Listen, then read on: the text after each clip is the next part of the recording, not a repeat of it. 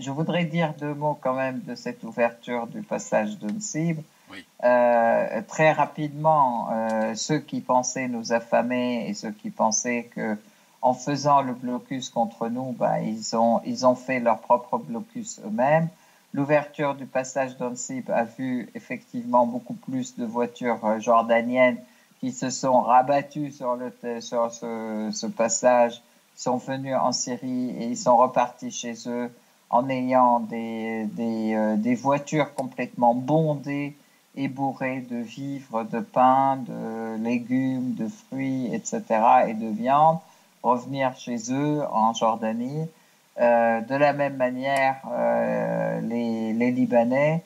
Donc en fait, la Syrie reste effectivement toujours le pays le moins cher, le pays de prospérité et le pays qui nourrit ses frères, malgré le fait qu'ils aient tout fait pour le détruire.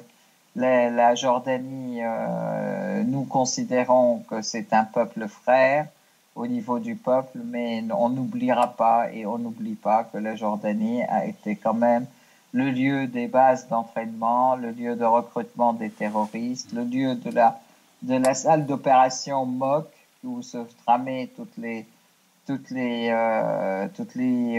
horreurs contre la Syrie aussi, donc pour la détruire. Mais effectivement, là, ils vivent avec nos denrées et ils viennent remplir leur voiture pour la semaine et ils vont là-bas, ils retournent chez eux.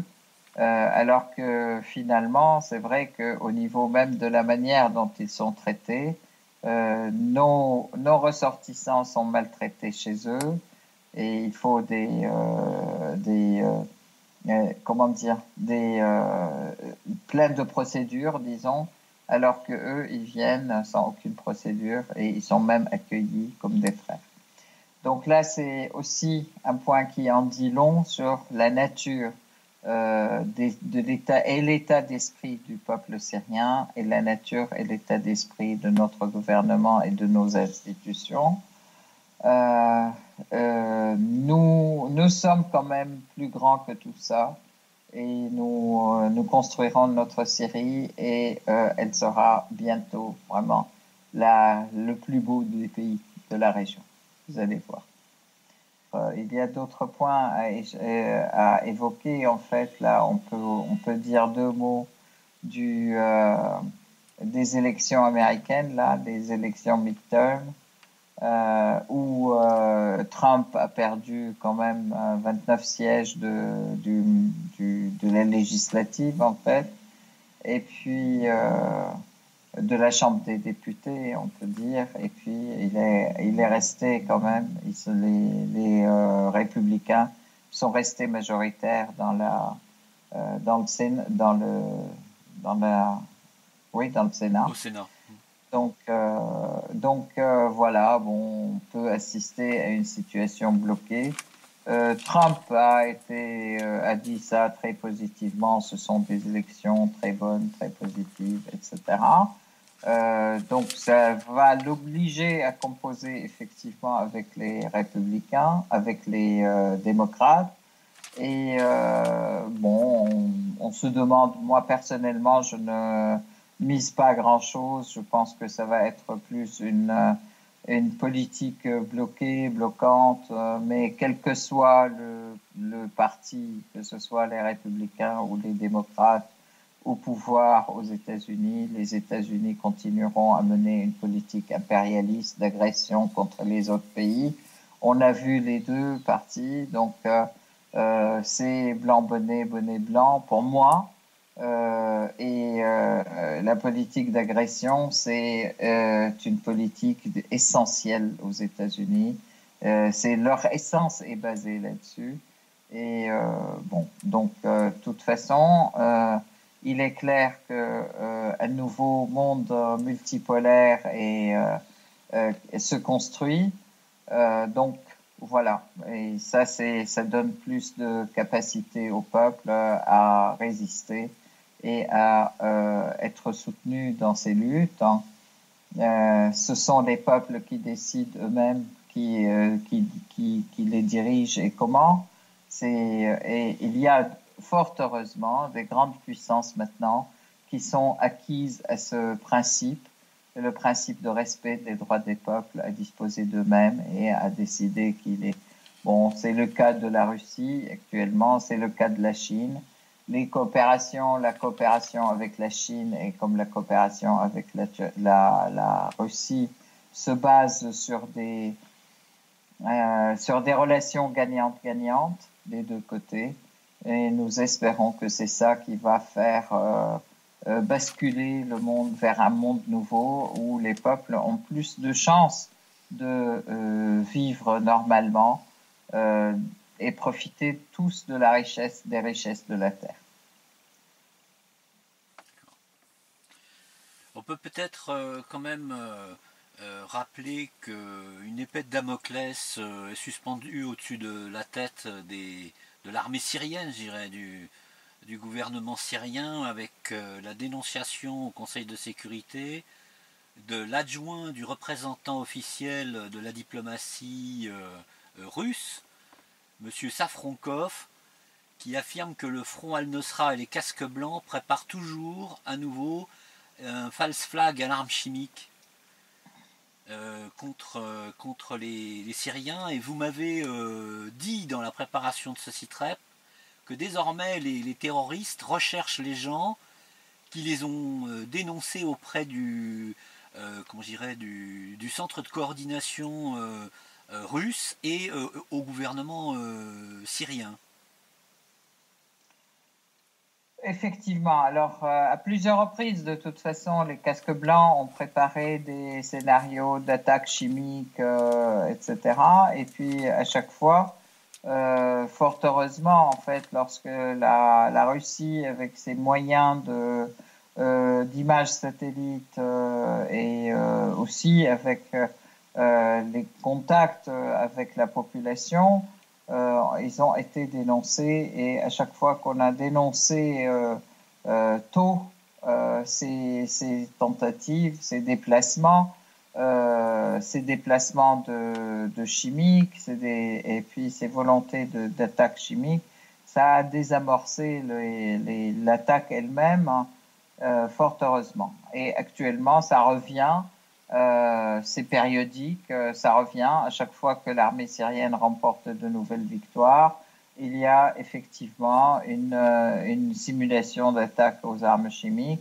Je tiens à rappeler quand même qu'il y a eu déplacement de deux grands gros cylindres de camions de chlore et de gaz sarin qui ont été déplacés de Jisr vis-à-vis dans d'autres villages et vice-versa.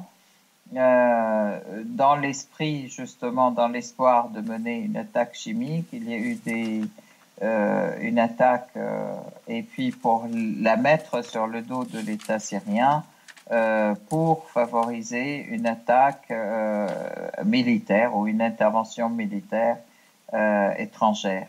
Oui. En effet, étrangère, même aussi validée par l'ONU.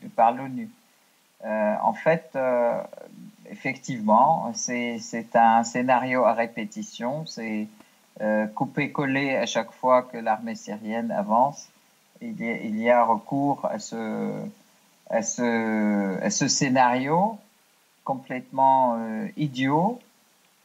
Mais qui est repris malheureusement par l'ONU, repris par l'Organisation d'interdiction des armes chimiques, alors que la même organisation avait donné effectivement une attestation en juin 2014 avouant que la Syrie a détruit complètement tout son arsenal chimique et d'ailleurs c'est un navire américain qui a détruit tout ça. Oui.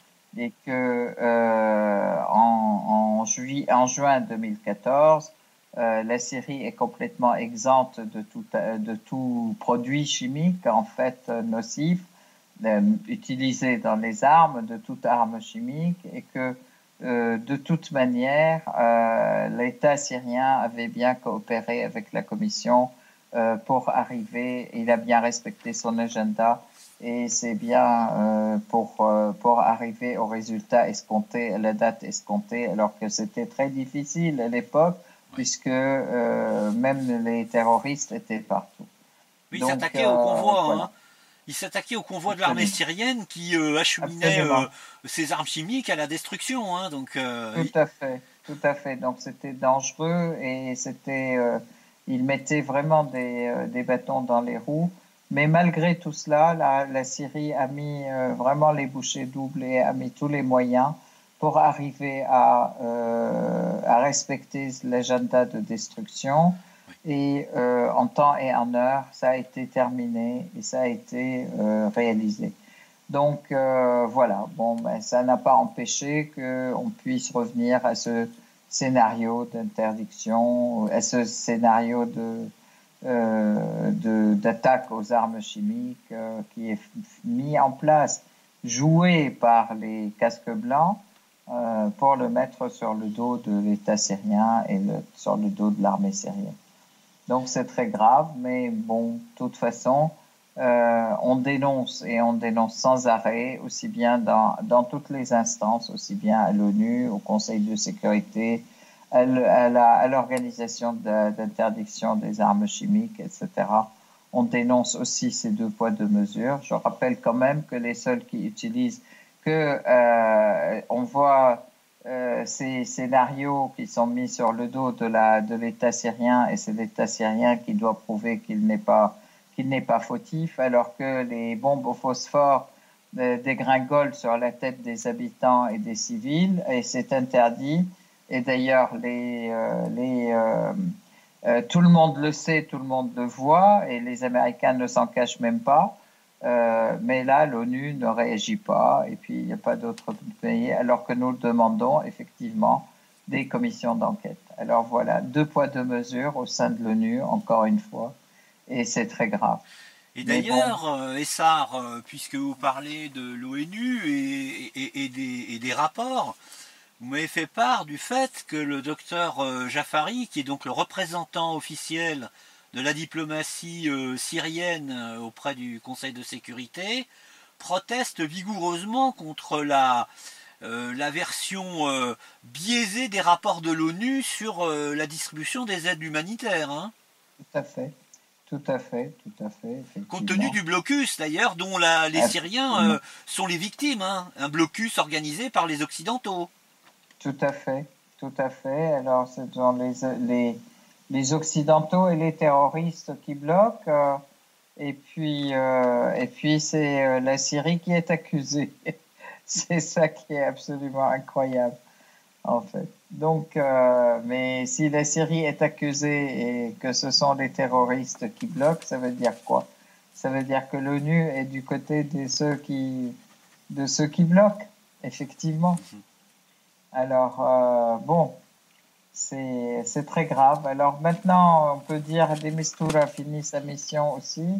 Il a fini sa mission en échec d'ailleurs, parce qu'il n'a rien pu réaliser. C'était un facilitateur de dialogue, mais en fait, Il était très partial, hein. outrepassé son facilitateur, son rôle de facilitateur, et il est devenu défenseur des terroristes et défenseur de ceux qui les soutiennent, malheureusement. Et Ouais. voilà, donc même s'il voulait être autre chose, je crois que il n'aurait pas pu puisque les pressions qu'il subit vont dans ce sens, notamment américaines et occidentales, hein, américaines et européennes, disons-le de manière très claire. Voilà. Alors, on peut Sur peut-être... ce, je pense qu'on termine, c'est oui, ça? oui, oui, oui. Vous vouliez quand même Voilà. mettre un accent sur le fait de la décision de l'État syrien pour le retour des Palestiniens à Yarmouk Ah, ça avec sa c'est oui, très reconstruction. important. Effectivement, décision très très importante qui a été prise aujourd'hui. La décision de faire en sorte que les réfugiés du camp Yarmouk reviennent au camp. Alors là-dessus, reviennent, donc ça implique quand même le retour des Palestiniens, le retour de l'ensemble des habitants, mais ça implique aussi qu'on travaille ensemble aussi au niveau de l'État syrien, au niveau de l'ensemble des organisations palestiniennes et des différents capitaux arabes, palestiniens, syriens, etc., pour la reconstruction de ce camp qui est très emblématique en fait, hein, puisque c'est un camp qui se trouve pas loin de la Palestine occupée, parce qu'il y a aussi un nombre important de Palestiniens et parce que c'est là où se trouvent les 14 organisations palestiniennes quand même aussi. La Syrie a toujours été un lieu de refuge et comment dire, un lieu d'accueil, hein, de l'ensemble des résistants palestiniens, c'est-à-dire toutes les organisations, mais aussi de l'ensemble des civils. Et malheureusement, bon, il y a juste une organisation qui a été ignoble, je peux dire, ingrate, ignoble, et qui a participé dans la destruction de la Syrie. Ça a été Hamas, alors que la Syrie avait écopé de beaucoup de blocus et puis de sanctions parce qu'elle a gardé Hamas à l'intérieur. Mais de toute façon, c'est pas ça qui va effrayer la Syrie. La Syrie est toujours, elle montre qu'elle est toujours aux côtés des Palestiniens. Et d'ailleurs, cette décision aujourd'hui, ou dans ces temps où les autres pays, les pays du Golfe et l'Arabie saoudite sont en train de courir pour baiser la main d'Israël, la Syrie, avec cette décision, montre quand même qu'elle est du côté de la résistance et qu'elle la soutient et qu'elle est du côté de tous ceux du peuple palestinien qui veulent résister et puis revenir à leur terre. Voilà, donc c'est entre un côté affirmer le droit au retour, affirmer le rôle de l'UNRWA aussi, le retour des réfugiés, mais aussi l'UNRWA doit participer à la reconstruction. Et de l'autre côté, c'est en fait fouler aux pieds l'ensemble des droits et aller faire la danse avec les Israéliens. Oui. L'occupant. Avec l'occupant oppresseur qui spolie le pays et qui usurpe les terres et les droits des Palestiniens. Israël dont il faut noter l'absence d'agression militaire depuis la mise en place du système S-300 russe installé suite à la tragédie de cet avion Ilyushin 20 qui a été détruit dans le ciel syrien, pardon. Ce qui prouve bien que courageux mais pas téméraire, hein, l'aviation israélienne. Hein. Bah, de toute façon, ils ont toujours essayé de profiter d'un rapport de force inégal et ils ont toujours exigé même de la diplomatie américaine et puis de la politique et la stratégie américaine pour que cette inégalité soit toujours au profit d'Israël. Ça a été toujours les accords qu'ils ont avec l'Occident et puis les États-Unis. Donc voilà. Bon, maintenant c'est inversé. Enfin, c'est inversé. C'est pas le cas. Ça n'est plus le cas. Donc là, ils se tiennent. Voilà. Il a fallu ça. Il a fallu malheureusement que 15 militaires russes soient morts pour que ces S-300 soient présents en Syrie et qu'enfin, les agresseurs restent chez eux et ne viennent pas recommencer leur cinéma et leurs attaques illégales. Hein. C'est une agression, c'est un casus belli. C'est agression de toute manière, tout à fait. Donc voilà, là il ne reste plus qu'à souhaiter à nos auditeurs plein de bonnes choses et on peut dire dans 15 jours. Oui. Et puis on espère que dans 15 jours on vous annoncera des victoires nouvelles de la Syrie et peut-être la libération de l'île complètement. Et oui, et oui. Au revoir. Merci Essar, passez une bonne soirée et bon repos et Merci à vous aussi. dans un petit peu plus de 15 jours, un vendredi Ouais, bientôt. voilà. Voilà. Merci Essar, à bientôt. Merci. Au revoir. Au revoir. À bientôt. Ciao.